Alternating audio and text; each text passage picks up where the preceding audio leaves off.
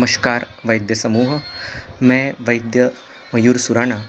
हमारा जो ग्रुप है डिवाइन वैद्यत्व, उसके अंडर चल रहे चरक क्लैरिटी ओशन, इस डिवाइन कंसेप्ट के अंतर्गत चल रहे द्रव्यों के डिस्कशन के कुछ पेप्टॉक्स आपसे शेयर करना चाहता हूँ। इन पेप्टॉक्स का उद्देश्य है द्रव्य जो सिंपल है हमारे यहाँ, उससे आपको वाकिफ़ कराया जाए, एक out of the box approach आपको सिखाया जाए, संहिताओं से उसे कैसे अध्ययन करना है वो एक समझाया जाए।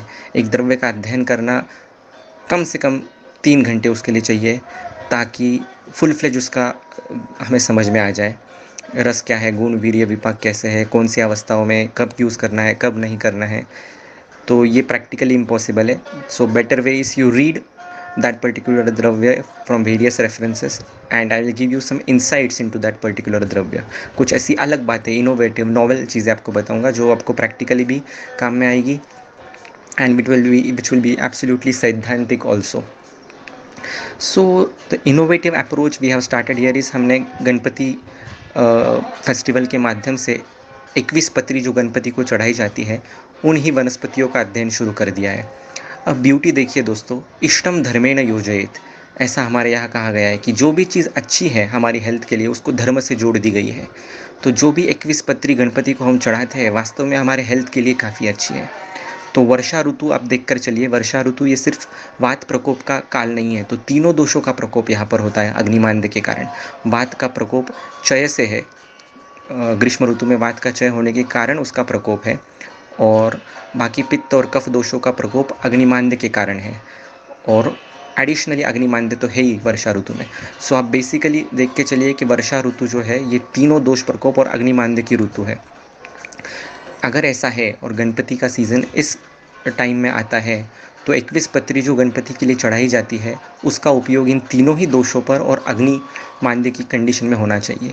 यानी ऑलमोस्ट आपकी 70 to 80% बीमारियाँ सिर्फ इन 21 पत्रियों से ठीक हो सकती है, यदि आपको उनका सही तरीके से अध्ययन करेंगे, उस पर सही तरीके से फेथ रखेंगे और उसको जुडिशियसली यूज़ करेंगे आपकी प्रैक्टिस में। तो ऐसे बहुत सारे द्रव्य हमने पहले देख लिए हैं 21 पत्री के।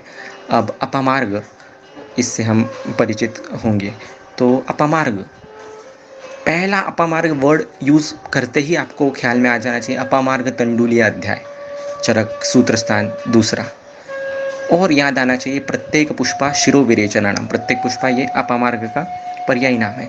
तो प्रत्येक पुष्पा यानी कि अपामार्ग ये शिरोविरेचन में अग्र है, और नासा ही शिरसो द्वारम ऐसा हम कहते हैं, और शिरसो उत्तम अंगम अंगानाम, सभी अंगों में शिर उत्तम है, ऐसा अगर है, और शिरोविरेचन यदि प्रधान कर्म है और उसमें भी अपामार्ग का पहला नंबर दिया हुआ है, तो पहली बात तो ये समझ के चलिए कि शिर के समस्त विकारों में अपामार्ग का अप्रतिम और अद्भुत उपयोग है। अब उसको कौन सी कंडीशन में यूज़ करना है, कौन सी कंडीशन में नहीं यूज़ करना है, वो बाद में देखेंगे। फर्स्ट मेक इट अ आयुर्वेदोपदेशेषु विधिया परमादर, पहले परम आदर रखिए, रिस्पेक्ट रखिए इस चीज़ को कि ये काम करेगा मतलब करेगा। It is the captain of the team, शिरोविरेचन में कैप्टन ऑफ द टीम है, और शिरो रोगों में पहली ट्रीटमेंट नस्य से शुरू होनी चाहिए। तो अभी शिरो रोग कौन से हैं, तो सभी ही शिरो रोग इसमें आएंगे। फिर वो अर्दित ले लीजिए, पक्षवद ले लीजिए, इंद्रिय दौर्बल्य ले लीजिए, ग्रहण नाश जो आज की कंडीशन दिख रही है, एनोस्मिया की कंडीशन कोविड के पेशेंट्स में, वहाँ पर भी यही वर्ड आया है घ्राण नाश। इसमें अपामार्ग तंडुल का नस्य का बहुत ही अद्भुत लाभ होता है। तो इस प्रकार से अगर ये संग्रह, उसके पर्याय और इतना देखने मात्र से हमें कुछ चीज़ें का आकलन होना शुरू हो जाता है। अब इसके ज़रा गुणों के ऊपर देख लेते हैं कि कटु तिक्त रसात्मक है, कटु विपाकी है, उष्ण वीर्य है, लघु रुक्ष तीक्ष्ण गुणात्मक है। तो जाहिर सी बात है ये कफवात शामन है, कफ पित्त संशोधन कराने वाला है। जहाँ पर भी आपको कफ का स्रावन करना अपेक्षित है, कफ को बाहर निकालना अपेक्षित है, वहाँ पर आप उसको यूज़ कर सकते हैं। समस्त श्वास व श्वसन संस्था के विकारों में इसको यूज़ किया जा सकता है। अब यष्टि भी कफ स्राव कराने वाली, लेकिन यष्टि कोमलता से बाहर निकालती है कफ को। बच्चों का कफ निकालना है, वृद्धों का निकालना है, जहाँ पर बहुत ही नाजुकता से कफ निकालने की ज़रूरत है, वहाँ पर उसका यूज़ करेंगे। लेकिन जहाँ पर भेदन करके कफ को निकालने की ज़रूरत है, जहाँ पर बल्क क्वांटिटी में कफ है, सांद्र गुणात्मक कफ है, चिपका हुआ कफ है, वो अगर हमें निकालना है तो शिरोविरेचन का अग्र द्रव्य अपामार्ग, इससे बढ़कर कोई और द्रव्य नहीं है। तो इसका प्रदमन आप कर सकते हैं, इसका सिद्ध तेल आप यूज़ कर सकते हैं।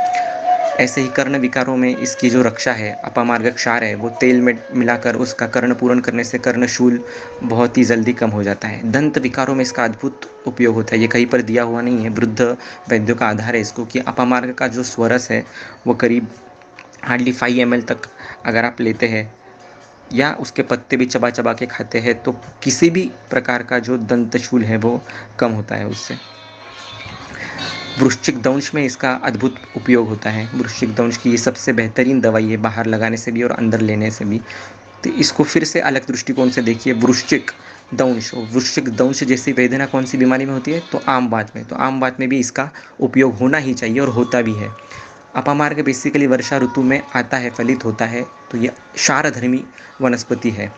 जो अम्लधर्मी जो भी चीज़ें हैं, ये पांचभौतिक कंसेप्ट है कि अम्लधर्मी जब उष्णता बढ़ती है या आम्ल धर्म की वजह से जब रोग होते हैं, फिर वो प्रमेह हो, श्वासकाश जैसे रोग हो, स्थौल्य जैसे रोग हो, तो उन सब कंडीशन में क्षारधर्मी वनस्पतियों का उपयोग होता है। तो अपामार्ग एक क्षारधर्मीय वनस्पति है, तो इसका उपयोग उन समस्त कंडीशंस में हम कर सकते हैं। तो आम बात एक ऐसी आम बाहुल्य की कंडीशन है, अम्ल धर्म बढ़ने के कारण होता है, तो वहाँ पर ये क्षारधर्मी अपामार्ग बहुत ही सुंदर काम करती है। और भी ऐसी जो जो कंडीशन है उसमें ये काम करेगी। और आपको एक काम करना है कि वृश्चिक पे वो काम करने वाली एक उत्तम औषधि है। तो वृश्चिक दंश के क्या क्या लक्षण है, ये आप वाग्भट से देखिए या सुश्रुत से देखिए।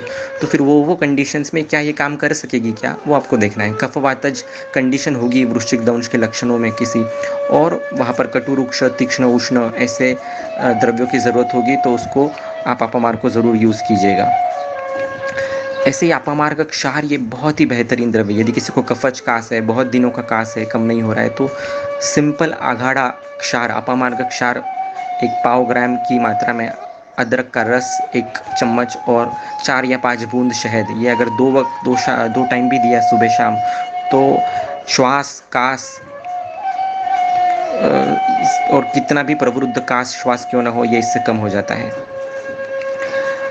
उदर जैसी कंडीशन है, कफज उदर की, तो वहाँ पर पुनर्नवा रक्त रोढ़ा करके एक वनस्पति आती है, और एरंड मूल, ये इनको 20-10-10 ग्राम इस प्रमाण में लेकर इसका काढ़ा बनाकर इसमें अपामार्ग क्षार लेकर देते हैं, तो कोई भी शोथ और सूजन जो है, उदर भी एक प्रकार का शोथ ही है, तो कफज उदर और शोथ ये कम करने में उसकी मदद होती है।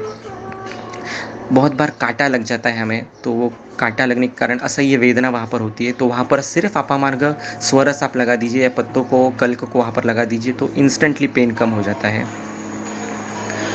इतने सारे इसके बहुत सुंदर सुंदर उपयोग है। इसके बीज जो है ये भस्मक में यूज़ करते हैं, ये हम जानते हैं। जैसे अभी इसके मूल के और पत्तों के जो गुणधर्म है वो अलग है, बीज के गुणधर्म बिल्कुल अलग है, तो वो भस्मक में यूज़ करते हैं, तो वो ब्रूहणात्मक चीज़ है। बाकी के जो है ये अपदर्पण लंघन कराने वाली चीज़ है। तो ऐसे बहुत बार वनस्पतियों में देखा जाता है या जांगम द्रव्यों में भी देखा जाता है कि गुण धर्म बहुत ही अपोजिट होता है।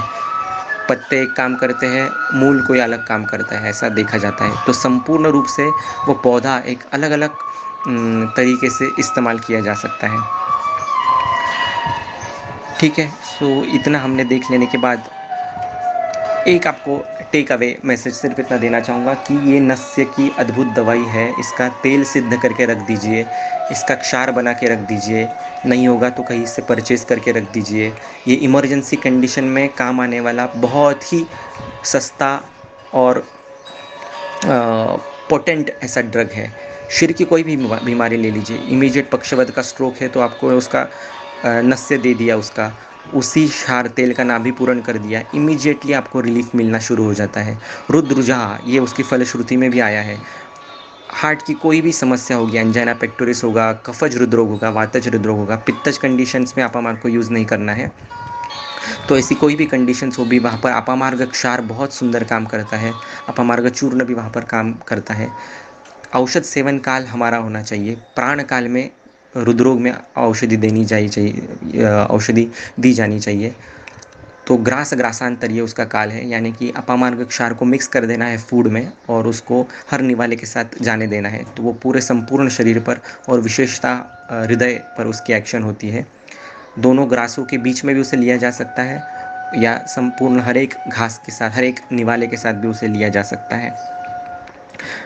तो इंद्रियों की सभी विकृति, क्योंकि हम जानते हैं शिरसी इंद्रियाणी, अभी वो ज्ञानेंद्रिय, कर्मेंद्रिय, मन, सभी के सभी 11 इंद्रिय शिर में स्थित है।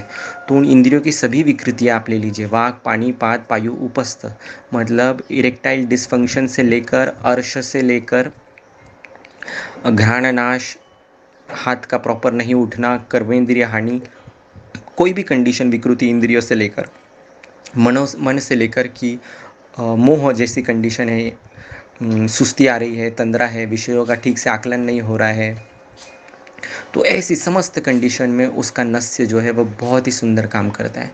सिर्फ आपको नस्य कैसे करना है वो पता होना चाहिए। प्रतिमर्श नस्य तो आप जानते ही होंगे सब, कि उसके 14 काल दिए हैं, उस समय में उसको देना है। नस्य को ज़्यादा क्वांटिटी में यूज़ करना है, प्रतिमर्श को भी कम से कम 4 या 5 बार देना चाहिए। हम उतना देते नहीं हैं इसलिए रिजल्ट मिलते नहीं है, तो उतने बार देना चाहिए। और नस्य की संपूर्ण विधि दी हुई है अष्टांग संग्रह में बहुत अच्छी तरीके से, वो एक बार आप पढ़ लीजिएगा। तो क्लिनिक में यदि आपको उस तरीके से नस्य करना है तो पूरा स्नेहन, स्वेदन, गंडूश, धूम उसके साथ नस्य करेंगे तो प्रतिशाय से लेकर पक्षवध तक अनेक व्याधियों में इसका फ़ायदा आप पेशेंट को दिलवा सकते हैं। तो I think this much is enough for this द्रव्य। ऐसे ही हम बहुत सारे द्रव्य सीखते रहेंगे, मज़ा लेते रहिए, सीखते रहिए, नोट्स बनाते रहिए, out of the box thinking develop करने की कोशिश कीजिए। संहिताएँ क्या कहना चाहती है वो समझिए। हमारे मन की कथा नहीं बनाएंगे हम, वो जो कहना चाह रहे हैं उसको समझेंगे, वो समझने के बाद आउट ऑफ द बॉक्स सोचने की कोशिश करेंगे। तो मैं चाहता हूँ कि जो भी लोग हमारा डिवाइन वैदित्व ये ग्रुप ज्वाइन करना चाहते हैं, चरक क्लैरिटी ओशन नाम की कंसेप्ट समझना चाहते हैं, वो मुझे पर्सनली कांटेक्ट करें। मेरा नंबर है 9503504200। इन कोर्सेज़ का, इन पेपटॉक्स का उद्देश्य है वैद्य एम्पावरमेंट, स्टूडेंट एम्पावरमेंट। जो चीज़ें आपको कॉलेज में सीखने को नहीं मिली है, बहुत सारी प्रैक्टिकल डिफ़िकल्टीज़ आपको क्लिनिक में प्रैक्टिस में आ रही है, आपकी थिंकिंग कहीं ना कहीं रुक गई है और क्या कर सकते हैं ये नहीं समझ में नहीं आता है, इमरजेंसीज़ में क्या करें ये समझ में नहीं आता है, acute conditions, chronic conditions heal नहीं हो रही है, सॉल्व नहीं हो रही है, तो ऐसे सभी प्रॉब्लम्स को सॉल्व करने के लिए ये कोर्स डिज़ाइन किया गया है। तो जिन को ज़रूरत है वो ज्वाइन कीजिए। और जो आपको लगता है कि ये कोर्स करना चाहते हैं, वैसे आपके स्टूडेंट्स हो, फ्रेंड्स हो, वैद्य हो, उनको भी ये पेपटॉक शेयर कीजिए और उनको भी इसे ज्वाइन करने में आप उद्युक्त कीजिए। मेरा नंबर नोट कर लीजिए 9503504200। Thank you for patient listening. Thank you very much.